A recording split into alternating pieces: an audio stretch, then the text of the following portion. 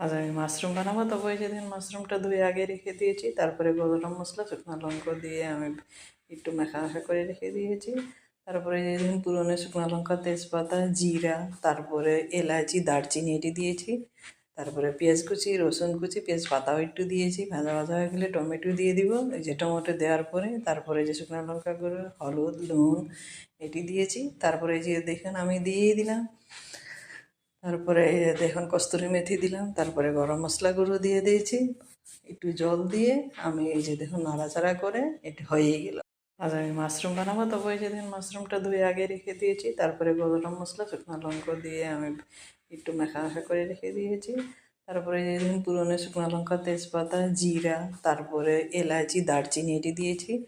তারপরে পেঁয়াজ কুচি, রসুন কুচি, পেঁয়াজ পাতাও একটু দিয়েছি। ভাজা ভাজা হয়ে গেলে টমেটো দিয়ে দিব। এই যে টমেটো দেওয়ার পরে তারপরে যে শুকনো লঙ্কা গুঁড়ো, হলুদ, নুন এটি দিয়েছি। তারপরে যে দেখুন আমি দিয়েই দিলাম।